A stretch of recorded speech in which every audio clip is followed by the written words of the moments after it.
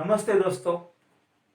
Perfect English grammar के इस channel में मैं विठल जादव सर आपका बहुत बहुत स्वागत करता हूं। तो आइए दोस्तों, आज देखते हैं सिंपल पास्ट टेंस यानी या पास्ट इंडेफिनिट टेंस यानी कि अनिश्चित भूतकाल। तो दोस्तों, मैं आपको इसके पहले कुछ बताना चाहूंगा कि दोस्तों, मैंने इसके पहले सिंपल पास्ट टेंस के अंतर्गत अफर्मेटिव सेंटेंसेस और निगेटिव सेंटेंसेस, ये दो चैप्टर पे दो वीडियो बनाए हैं। तो आज हम सी अफर्मेटिव क्वेश्चंस यानी कि सकारात्मक प्रश्न, इसके अंतर्गत आज तीसरा वीडियो बनाने जा रहे हैं। तो दोस्तों, इसका जो फॉर्मूला है अफर्मेटिव क्वेश्चंस, तो did plus subject plus verb one plus object plus question mark.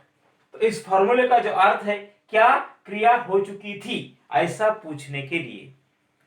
तो दोस्तों, इसके अंतर्गत क्या क्रिया हो चुकी थी, कब, यानी कि बिफोर सम टाइम्स यानी कि पास्ट, अतीत में कुछ क्रिया हो चुकी थी ऐसा पूछने के लिए इस सूत्र का उपयोग किया जाता है, प्रयोग किया जाता है। तो हमें इसके अंतर्गत एक्टिव वॉइस का पैसिव वॉइस कैसे करना है ये आज जानना है। तो उसके लिए इसके जो नियम है, इसके जो कुछ रूल्स है, वो भी हमें जानना जरूरी है। तो क्या है इसके नियम? तो सबसे पहले रूल नंबर 1, सबसे पहले वॉज या वेयर लेना है। कहां से? तो सबसे पहले हमारे सामने जो एक्टिव वॉइस का वाक्य आता है, तो उसका पैसिव वॉइस करने के लिए हमें सबसे पहले वॉज या वेयर लेना है। तो हमारे सामने सवाल बनता है, वॉज या वेयर कब लेना है? तो इसमें जो रूल नंबर 2 है, कर्म एक वचन है तो वॉज लेना है। एक्टिव वॉइस के वाक्य का पैसिव वॉइस करने के लिए हम वॉज या वेयर लेंगे, लेकिन जब कर्म एक वचन है तो हमें लेना है वॉज, और अगर हमारा ऑब्जेक्ट यानी कर्म बहुवचन है तो हमें लेना है वेयर। रूल नंबर 4, जब हम वॉज या वेयर लेंगे, एक सिंगुलर है तो हम क्या लेंगे? वॉज, और अगर कर्म बहुवचन है तो हम लेंगे वेयर। तो उसके बाद हमें इस वाक्य एक्टिव वॉइस के वाक्य में जो ऑब्जेक्ट रहता है वो लेना है। रूल नंबर 5, जब हम ऑब्जेक्ट लेंगे, कर्म लेंगे, तो उसके बाद जब हम ऑब्जेक्ट यानी कर्म लेते हैं तो उसके बाद हमें क्या लेना है? एक्टिव वॉइस के वाक्य में जो वर्ब रहता है, क्रिया रहती है, क्या उसका थर्ड फॉर्म लेना जरूरी है। तो इस तरह सबसे पहले वॉज या वेयर, उसके बाद कर्म एक वचन है तो वॉज, और कर्म बहुवचन है तो वेयर लेना है, और वॉज या वेयर के बाद हमें ऑब्जेक्ट लेना है, ऑब्जेक्ट के बाद हमें क्रिया का थर्ड फॉर्म लेना जरूरी है। और अब रूल नंबर 6, जब हम थर्ड फॉर्म लेते हैं तो थर्ड फॉर्म के बाद प्रीपोजिशन बाय लेना बहुत जरूरी है। रूल नंबर 7, जब हम प्रीपोजिशन बाय लेते हैं तो उसके बाद एक्टिव वॉइस के वाक्य में जो कर्ता रहता है उसका बदला हुआ रूप लेना जरूरी है। तो क्या रहता है कर्ता? कभी आय रहता है तो उसका बदला हुआ रूप मी, अगर कर्ता यानी सब्जेक्ट वी रहता है तो उसका बदला हुआ रूप ही, अस, वी के बाद अस, अगर ही है तो उसका बदला हुआ रूप हिम, अगर सब्जेक्ट सी है तो उसका बदला हुआ रूप हर, और अगर कर्ता दे है तो उसका बदला हुआ रूप देम। इस तरह बदलाव आ जाते हैं। तो दोस्तों, did plus subject plus verb one plus object plus question mark, इस सूत्र के अनुसार हमें एक्टिव वॉइस का पैसिव वॉइस कैसे करना है, तो इसके हमने रूल अभी जाने हैं। तो अब हमें देखना है कि इस सूत्र के अनुसार जो हमारे सामने एक्टिव वॉइस के जो क्वेश्चंस है, तो इसका पैसिव वॉइस कैसे बनाया जाता है, तो ये सीखना है हमें। सबसे पहले हमारे सामने question number 1, did I write an essay. Did I write an essay, अर्थ है इसका, क्या मैंने एक निबंध लिखा था? मेरे द्वारा मैंने ये निबंध लिखा था, ऐसा सवाल है। तो इस वाक्य में हमारे सामने जो ऑब्जेक्ट है एन एसे, ये सिंगुलर है। तो आपको मालूम है, सबसे पहले हमें, अगर हमारे सामने ऑब्जेक्ट सिंगुलर है तो सबसे पहले हेल्पिंग वर्ब लेना है पैसिव वॉइस करते समय वॉज। तो वॉज, उसके बाद कर्म एन एसे, वॉज एन एसे, अब यहाँ क्रिया क्या है? राइट, राइट यानी लिखना, और इसका third form written. Was an essay written, preposition क्या लेना है? बाय, और आई जो सब्जेक्ट है इसका बदला हुआ रूप मी। पैसिव वॉइस का जो वाक्य बनता है was an essay written by me. हम क्या क्या सीख रहे हैं? क्वेश्चंस, इसलिए पैसिव वॉइस में भी क्या आएगा? क्वेश्चन। एक्टिव वॉइस का sentence number 2, did we see a black snake? क्या कुछ समय पहले क्या हमने काला सांप देखा था? Black snake. तो इस वाक्य में अ ब्लैक स्नेक ये जो ऑब्जेक्ट है ये सिंगुलर है, तो इसके लिए हमें सबसे पहले क्या लेना पड़ेगा पैसिवाइज करने के लिए? Was, helping verb was. A black snake ये क्या है? Object, was a black snake, और ये जो सी है, सी यानी देखना, और इसका third form seen. Was a black snake seen, preposition by, और वी जो सब्जेक्ट है इसका बदला और रूप अस। वाक्य बन गया पैसिव वॉइस का was a black snake seen by us. Active voice का sentence number 3, did you listen a story? क्या तुमने कहानी सुनी थी? तो इस वाक्य में भी अ स्टोरी ये जो ऑब्जेक्ट है ये सिंगुलर है, इसलिए हमें लेना पड़ेगा ऑक्सिलरी यानी कि helping verb was. A story ये क्या है? हमारा object, was a story. Listen यानी कि सुनना, और इसका third form listen. Was a story listen, preposition by, और यू ये जो सब्जेक्ट है यहां आएगा यू।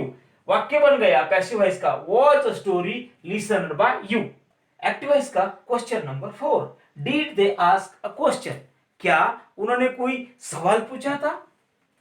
तो इस वाक्य में हमारे सामने अ क्वेश्चन ये जो ऑब्जेक्ट है ये सिंगुलर है, इसलिए हमें लेना पड़ता है helping verb was. Was a question.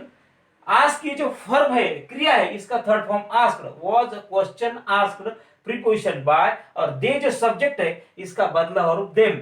वाक्य बनता है पैसिव वॉइस का was a question asked by them. और अब एक्टिव वॉइस का question number 5, did he throw a ball? अर्थ होता है क्या उसने गेंद फेंकी थी? तो इस वाक्य में अ बॉल ये जो ऑब्जेक्ट है ये सिंगुलर है, इसलिए हमें लेना पड़ेगा हेल्पिंग वर्ब वॉज। वॉज और ऑब्जेक्ट है a ball, was a ball. ये जो क्रिया है थ्रो, इसका third form thrown. Was a ball thrown, preposition by, और सब्जेक्ट ही इसका बदला हुआ रूप हिम। हमारा पैसिव वॉइस का वाक्य बनता है was a ball thrown by him. Active voice का question number 6, did she make a cup of tea? क्या उसने एक कप चाय बनाई थी? तो इस वाक्य में ये जो टी है अ कप ऑफ टी, इसलिए हमारा ऑब्जेक्ट सिंगुलर है। सिंगुलर होने के कारण हमें लेना पड़ता है helping verb was. Was a cup of tea ये जो ऑब्जेक्ट है a cup of tea, was a cup of tea. ये जो मेक है यानी कि बनाना, और इसका third form made. Was a cup of tea made, preposition by, और सब्जेक्ट सी इसका बदला हुआ रूप हर। वाक्य बन गया पैसिव वॉइस का was a cup of tea made by her. Active voice का question number 7, did Rohan eat a mango? क्या रोहन ने एक आम खाया था? तो इस वाक्य में अ मैंगो ये जो ऑब्जेक्ट है ये सिंगुलर है, एक वचन है, इसलिए हमें लेना पड़ेगा हेल्पिंग वर्ब वॉज। और अ मैंगो ये जो ऑब्जेक्ट है वॉज अ मैंगो। ईट ये जो वर्ब है, क्रिया है, इसका थर्ड फॉर्म ईटन। ईट यानी खाना, और ईटन इसका third form was a mango eaten, preposition by, और सब्जेक्ट रोहन। वाक्य बन गया पैसिव वॉइस का was a mango eaten by Rohan. Active voice का question number 8, did Geeta sing a song? क्या गीता ने कोई गीत गाया था, एक गीत गाया था? तो इस वाक्य में अ सॉन्ग ये जो ऑब्जेक्ट है ये सिंगुलर है, एक वचन है, इसलिए हमें लेना पड़ेगा हेल्पिंग वर्ब वॉज, और object a song. Was a song ये जो क्रिया है सिंग, सिंग यानी गाना, और इसका थर्ड फॉर्म संग, सिंग सैंग संग। तो was a song sung, preposition by, और सब्जेक्ट है गीता, यह आएगा गीता। वाक्य बन गया पैसिव वॉइस का was a song sung by Gita. और अब एक्टिव वॉइस का question number 9, did the teacher teach new lessons?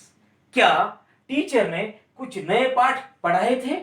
तो इस वाक्य में हमें ऑब्जेक्ट जो है हमारे सामने लेसन्स, न्यू लेसन्स, नए पाठ, तो इस वाक्य में हमारा ऑब्जेक्ट प्लूरल है, बहुवचन है।